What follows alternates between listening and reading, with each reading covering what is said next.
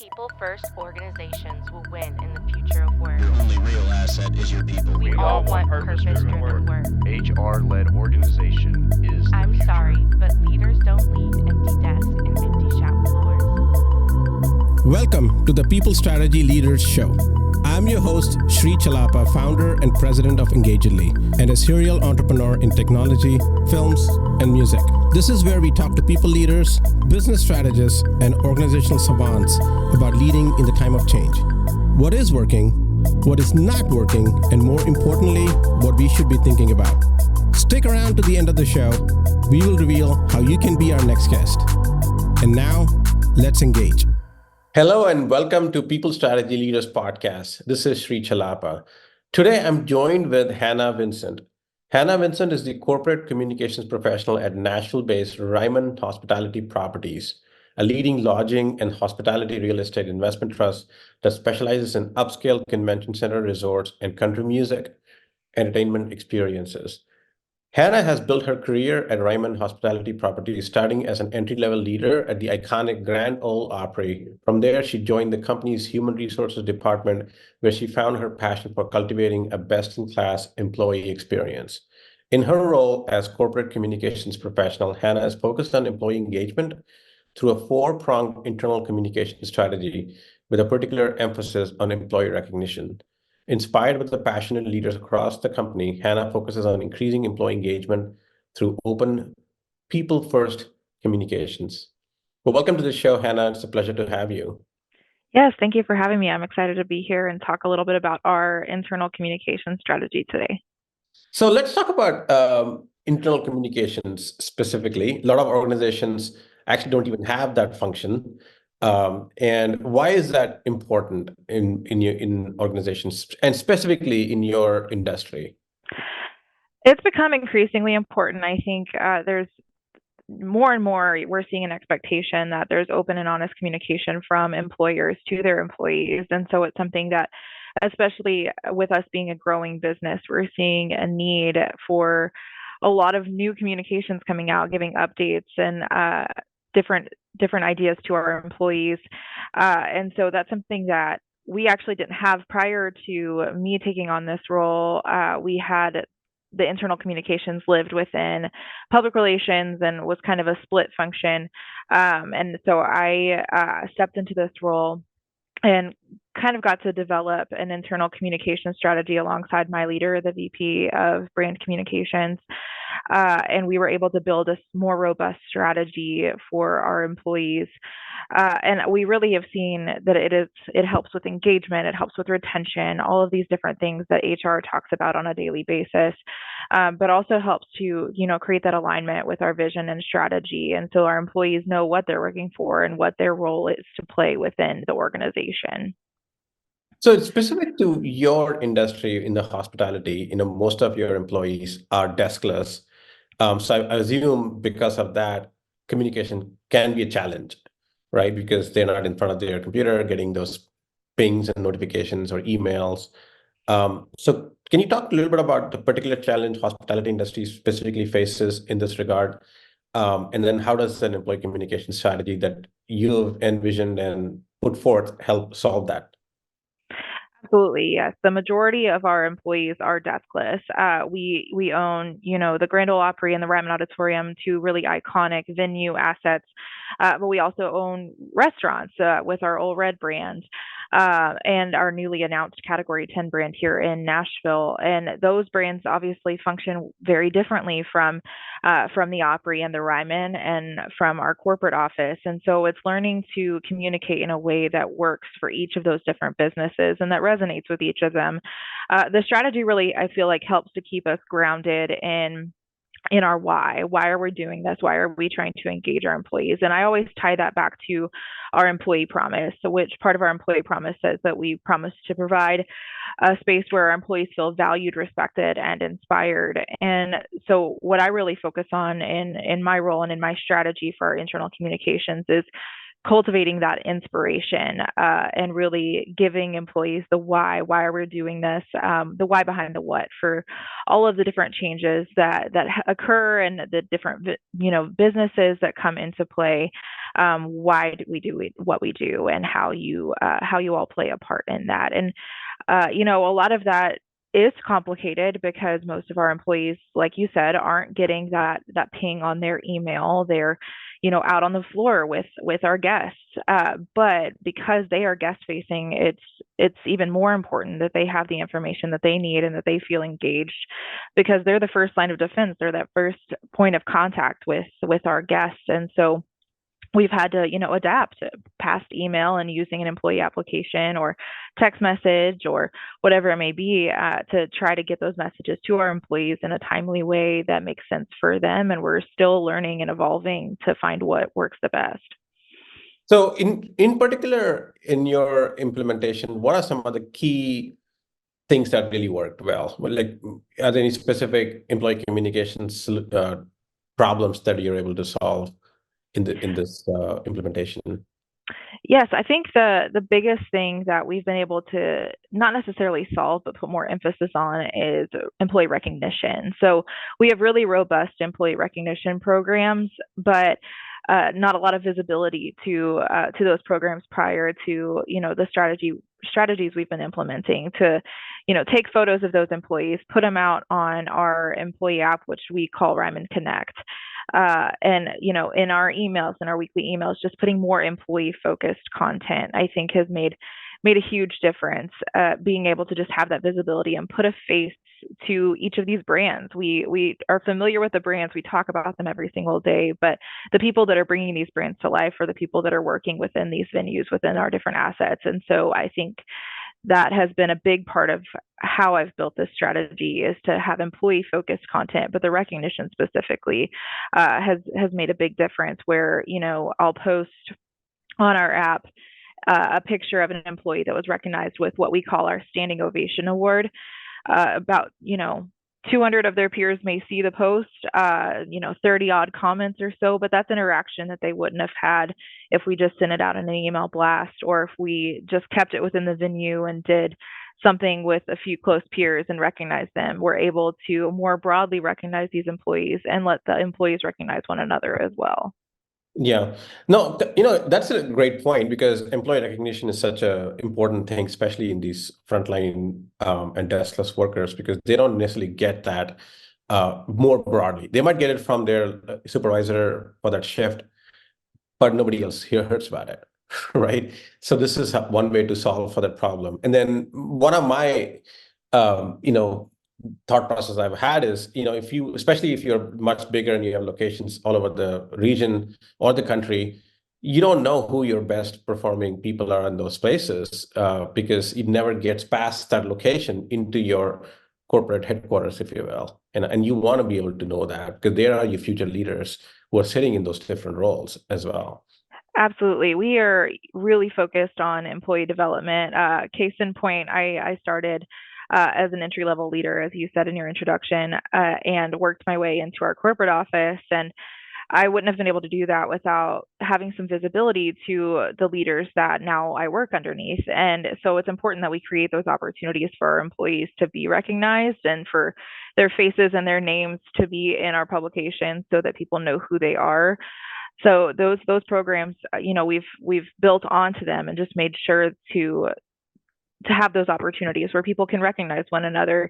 And our leadership and training department does an excellent job of identifying some of those individuals and putting them into different development programs so that we can continue to grow their career here at the company rather than them leaving to go somewhere else to find that growth and development. We want to keep people here, keep them engaged. And we are really fortunate to be in a business that a lot of employees are really passionate and excited about. Our employees at the Grand Ole Opry, if you go and talk to them before a show, they are some of the biggest fans of the Opry itself. And that's something so special that we want to continue to cultivate. Yeah, I've been to the Grand Ole Opry a few times myself, and I can attest that it's a phenomenal place to be there. So much history of music and the legends who played there. Absolutely. Now, I do want to step back for a minute, and you talk about a four-pronged internal communication strategy. So what are those four prongs and why those four? Yeah, so this was something that we developed last year or year before, actually. I keep forgetting we're in 2024, not 2023 anymore. It's gone by so fast. But within this four-pronged strategy, we have four different areas that we focus on: to communicate, inspire, engage, and collaborate. So with the idea being that if we don't communicate first, then we can't inspire.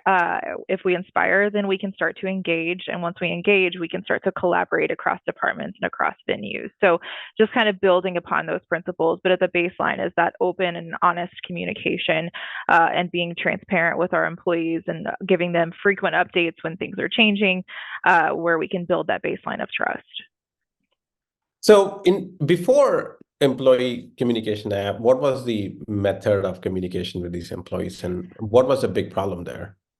So our primary communication method was email, and it still continues to be a big part of our communication strategy, is to send out memos from our senior executives.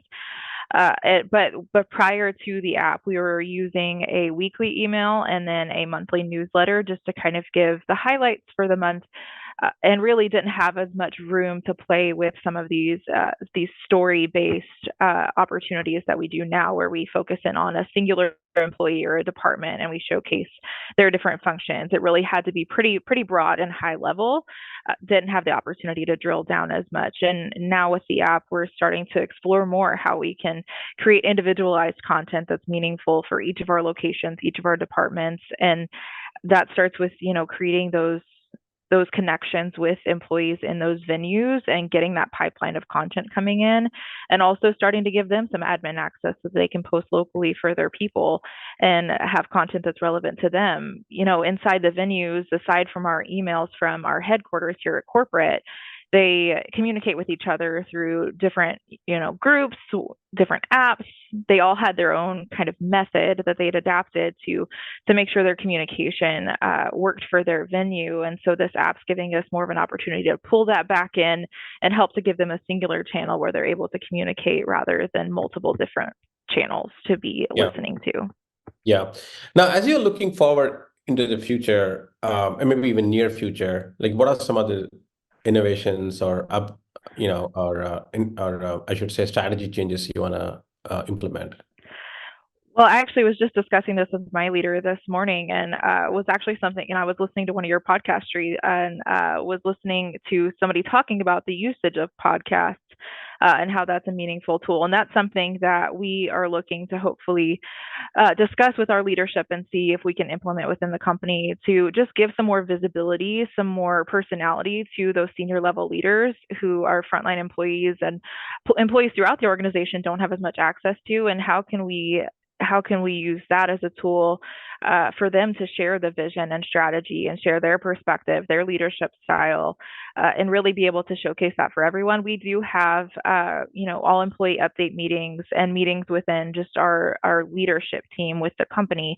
But how can we create broader access and more regular access and one-on-one access to these leaders? Because, for these meetings, most of the time they get a 10, 15-minute time slot to share their thoughts, their updates. And that's not enough time to really dig deep into some of those other leadership-based topics and those vision-based topics as well. So now you've obviously gone through this now, and if somebody was to start this process at a different organization, I guess it's a two-pronged question. What was some of the lessons learned that you would have probably, at this knowing what you know now, would have done differently? And second, a follow-up question is, if you were to advise someone or counsel someone on how to go about implementing an employee communication strategy, what are the things you would ask them to do and the steps they should take? Absolutely. I think finding the right tool is obviously a big part of it, to find what works for you. And even with the right tool, you have to know, it's very much like marketing. You have to know your audience, you have to know who you're speaking to, and you have to give them the why. Why do I want to download this app on my phone? Why does this matter? I already get emails for those that use email.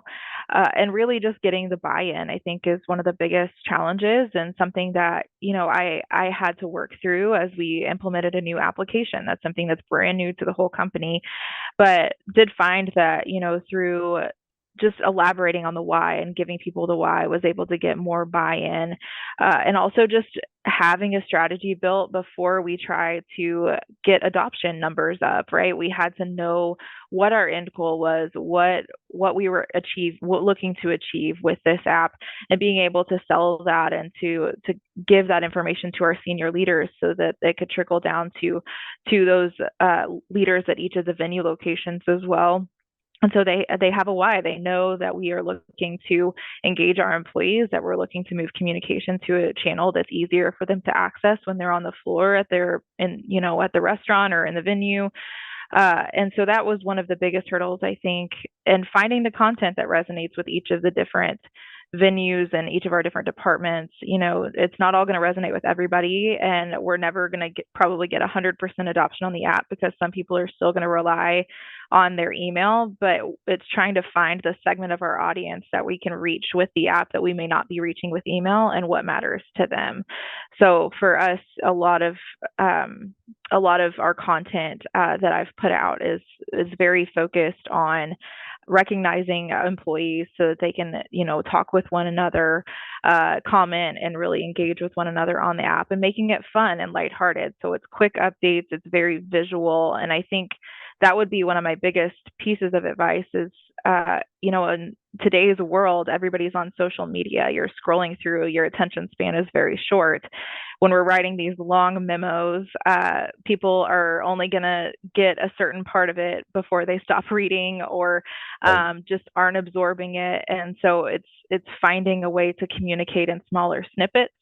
And I've used a lot of visuals. I use Canva as a regular tool to just create visual little ads even of, hey, this is what's going on this week, or this is this news highlight that we were featured in. You should click here to read more, just to invite people to engage with the content and not just scroll past it. Yeah. So in terms of somebody looking at this as their strategy, what are the one or two initial things you would say, do this before you launch something within the organization?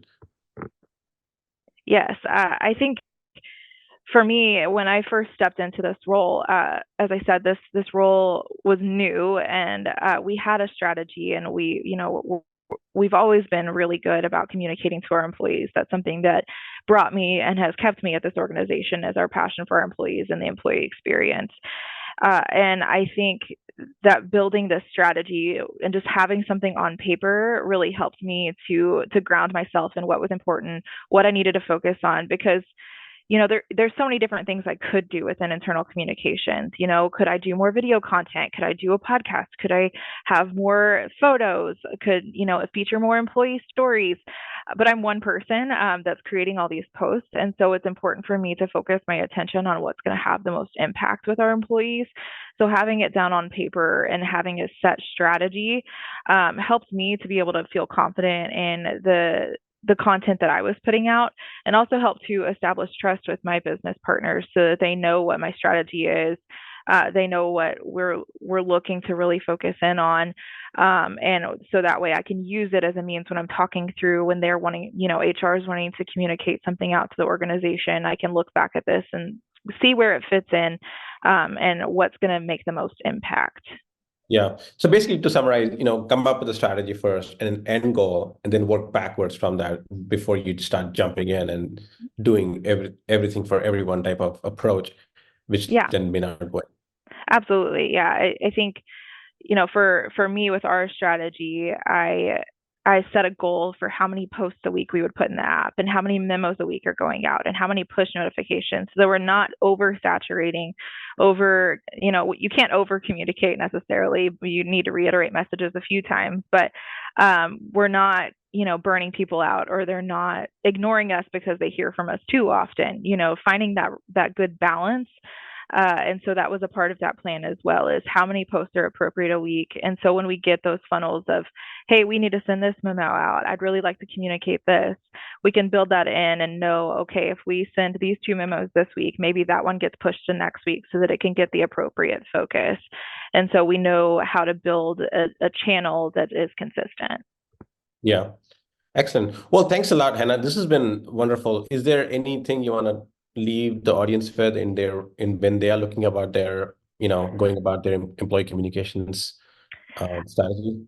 Yeah, I would just say for us, we look at everything through the lens of the operational philosophy called the service profit chain. And so taking care of your employees first leads to customer satisfaction, leads to profitability. And so when you're looking at your internal communications channels, really focusing in on who the people are that are behind your business, highlighting them in a way that's meaningful is going to yield you great results for your organization. And so, if you don't have a set internal communications professional, still finding a way to put special emphasis on that, because it does make a huge difference for your employee engagement, your survey results, your employee satisfaction, retention, all of those things. So that's something that I will always recommend. Obviously, it's something I'm passionate about and think is really important. Excellent. Well, thanks, Hannah. It's been a pleasure to have you. Thank you. Appreciate the time. Shri Chellappa here. Thank you so much for listening to the People Strategy Leaders podcast. If you are a successful leader or a people strategist who would like to be on this program, please visit engagedly.com/People Strategy Leaders podcast. If you got something out of this interview, would you share this episode on social media? If you know someone that would be a great guest, tag them on social media to let them know about the show and include the hashtag People Strategy Leaders. I love seeing your posts and guest suggestions. We are regularly putting out new episodes and content. To make sure you don't miss any episodes, go ahead and subscribe. Your thumbs up, ratings, and reviews go a long way to help promote the show and mean a lot to me and my team. Want to know more? Follow me on LinkedIn and Twitter @Sri Chellappa. Thanks for listening. We will see you next time. And thank you to Patrick Ramsey, sound engineer at Kalinga Production Studios, for recording and mixing this show.